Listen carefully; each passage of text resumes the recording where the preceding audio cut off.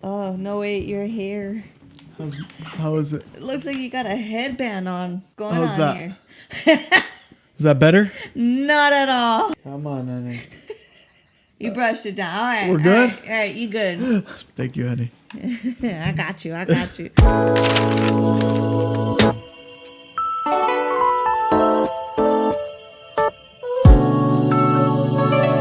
All right, so welcome to episode 5. 5? 5 of the podcast. Jeez. Of the We're Still Married podcast. Still married pod. I'm like trying to hide my feet. I'm Eric. I'm Christina. Welcome to the We're Still Married. What are we going to be talking about today, honey? So today's Sunday. Mm-hmm. We go to church almost every Sunday. I'm still adjusting this mother effer. Get it together, honey. I'm trying. I think it's the pillow. The pillow's messing it all up. So as I was saying, we're filming on a Sunday. We went to church and all. And I kind of wanted to talk a little bit about bringing faith into a marriage or into a relationship. Mm-hmm. And talk a little bit more on how when we found God and brought God into our marriage, how it actually changed our marriage. Yeah. You know, and then like another topic is, you know, married and you have your kids. We're teaching Eden, you know, about God. She prays almost every night, prays when she eats.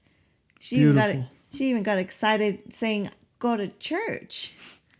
I go to church. Yeah, she did her little happy dance and she said, church.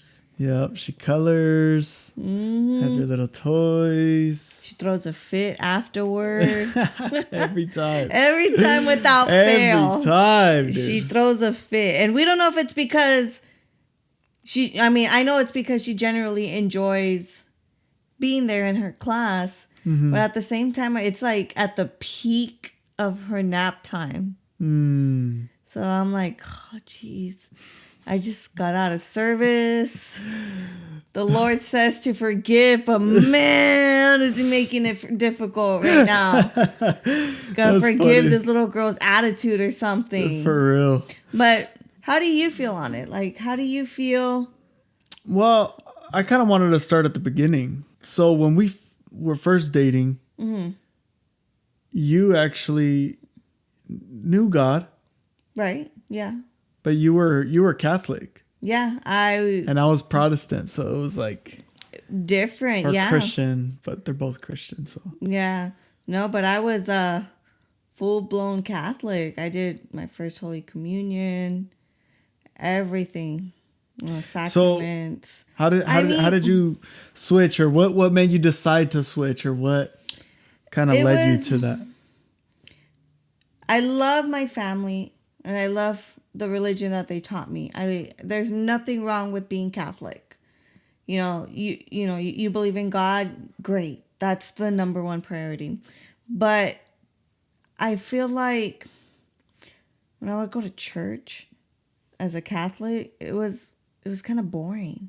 You know, you're singing, oh, and you know it's old. It's Old Testament, and they didn't really talk about a lot like that you could relate to. And then when we started dating, you know, you took me to your church at the time. Granted, it wasn't my cup of tea, but this church was built like 15 minutes away from us, and I just felt a calling, like God telling me like, hey, you need to come to this church and you'll see why. And honestly, I'm proud of the church we go to. We go to CCV. And I love the messages that they have. I love how it's so relatable. They're so open and honest. I love that the pastors, you know, put their heart and soul, but more importantly, they share their experiences with the messages that they're giving us. Yeah. And I ever since then, like we were hooked. You know, that we got baptized there together as husband and wife. Mm-hmm. And I devoted myself as a Christian woman, Christian wife. Yeah. Yeah. I think that's beautiful. It's a beautiful story. Just to kind of add on what you were saying, it is super relatable there. And I like how, to me, that's how like a Christian church is supposed to be led. Right. Like, because the pastor admits to us all the time, like, guys, I'm not perfect. Mm-hmm. Don't follow me. Don't believe what I'm saying. Believe Jesus. Follow Yep. Jesus. Amen. You know? So I really like the message behind the whole thing. And 3 p.m. I think that was your watch. is that my watch? I'm glad one woman obeys you. What did you like about the service today? Today's service. Honestly, it was actually pretty cool because the two pastors got up on stage and they looked like they were in a podcast. Yeah, for real. I was just watching and I was like, huh. Mm-hmm. Same profession going on. Okay. No, honestly, but I really liked how they discussed, you know, when you give yourself to God, you're safe. They, you know, and they talked about like questions, like if, like a lot of people ask, are you really a good Christian if you have tattoos? Oh, thank you. My little Harry Potter one. You know, they asked, are you a good Christian if you have tattoos? Yeah, you are. In the Old Testament, yeah, you know, it did talk about that, but it talked differently. It said, And it was only one verse. yeah, it basically said, you don't mark yourself with evil.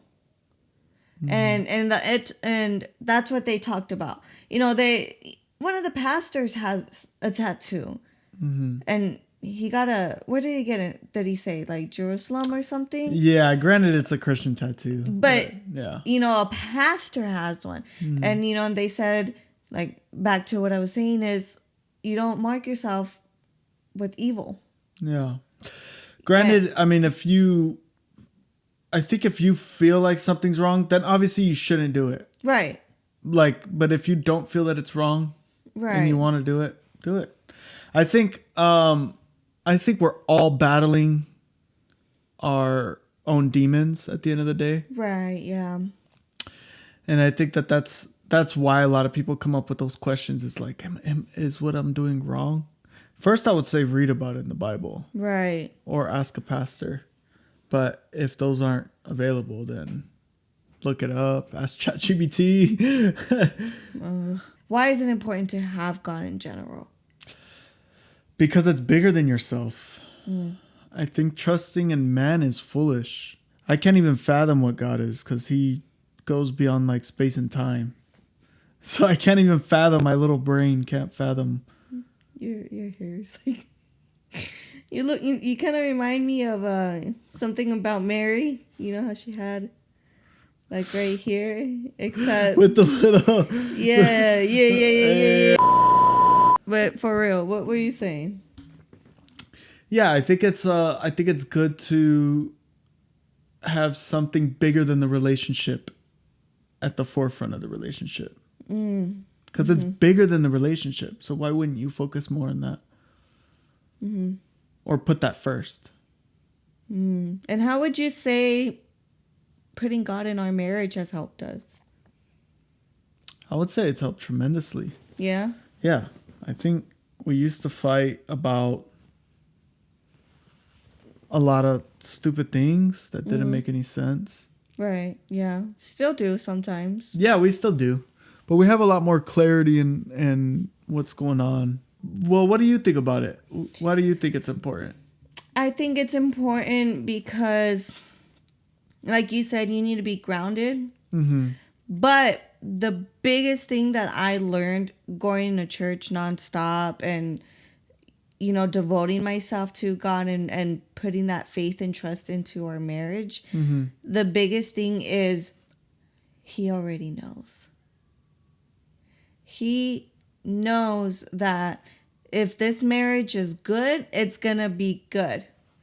If this marriage is going to be bad, it's going to be bad. What about like in the vows aspect? Like making a vow under God. Like making that vow under God, you're devoting yourself to him.